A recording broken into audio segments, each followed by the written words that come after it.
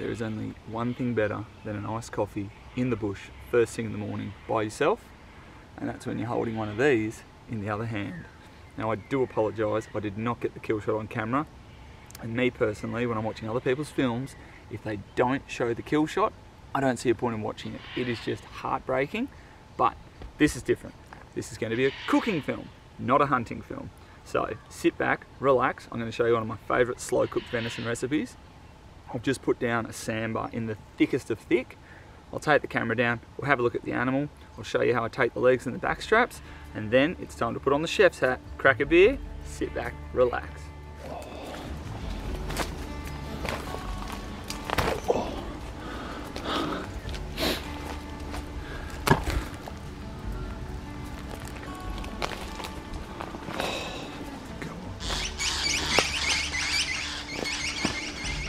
I reckon it was a clean shot, went straight down. No running, no pitter patter. Now the fun begins.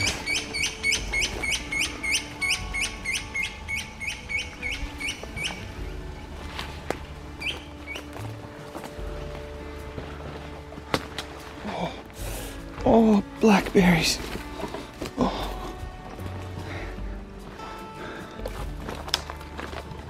Oh, what a perfect eating size.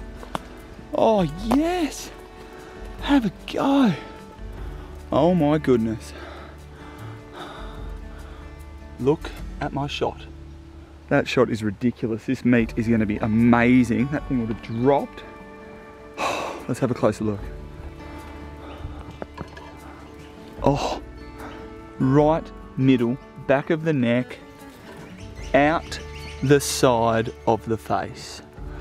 What a shot. What an animal. This is only a small sambar, but bloody hell, heavy. Shot placement, unbelievable.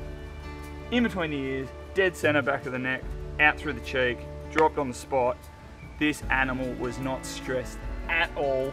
The meat should just be pristine. There's been no meat damage. I'm planning on taking every single thing, and I've already messaged 3 boys and they've all got a leg coming their way. That's the idea of hunting. Some people can get out, other people can't get out. I reckon sharing is caring. There's no point having all this meat sit in my freezer for months and months and months and then me slowly pick at it.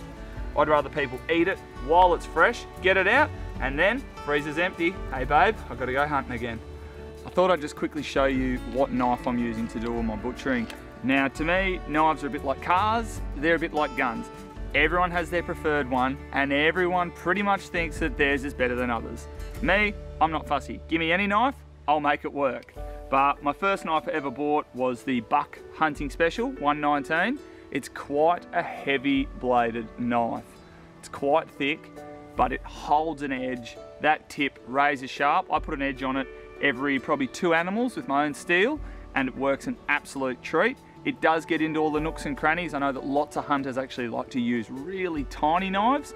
I know I've been watching Josh Rogers on Instagram, and the knives he uses is as small as a bloody biro. But whatever floats your boat, if it gets the job done, use it. But for anyone starting out, I can highly recommend the Buck 119 Hunting Special. So on that note, time to start. Righto, didn't bring any bags for the meat, so shirts off. I'm going to start with the back straps first. Some people prefer to take the back legs first and the front legs. I just like the animal, it's sitting up on all 4. I've got a nice area to work with. I'm going to run with that.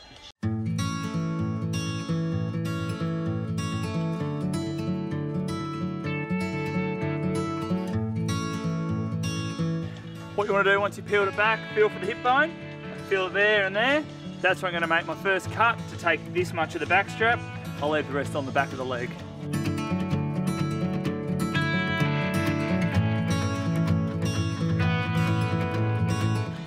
You can actually see I've put a cut in the sinew of that back strap, put the finger through, gives me great mobility.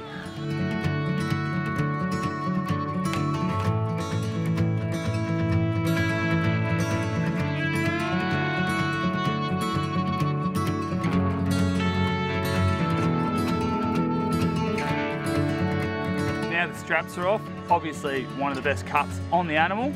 Gotta look after them. Usually I have a pillowcase. Pillowcases are amazing. Op shops, 20 to 50 cents a pillowcase instead of buying meat bags online.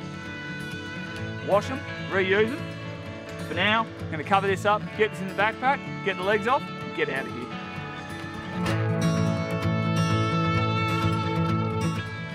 Shoulder one.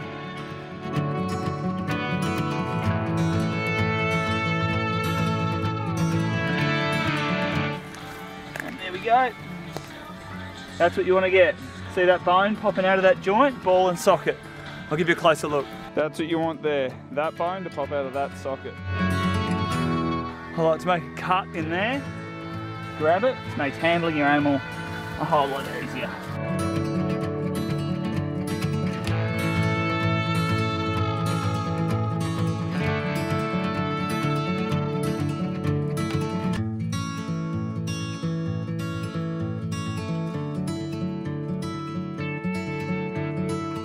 Heavy work.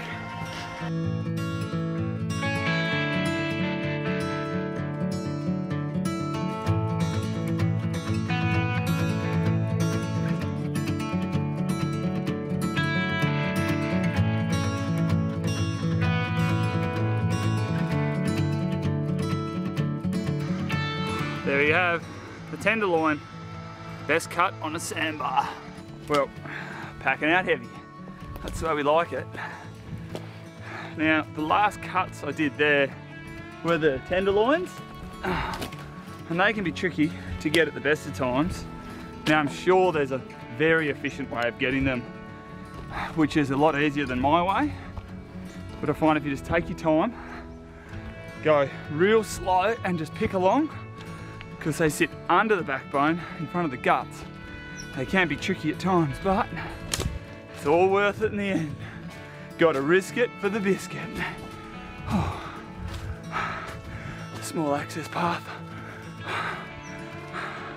Coming here, and then here's my legs. That's a good morning now. Let's go get a beer and get cooking.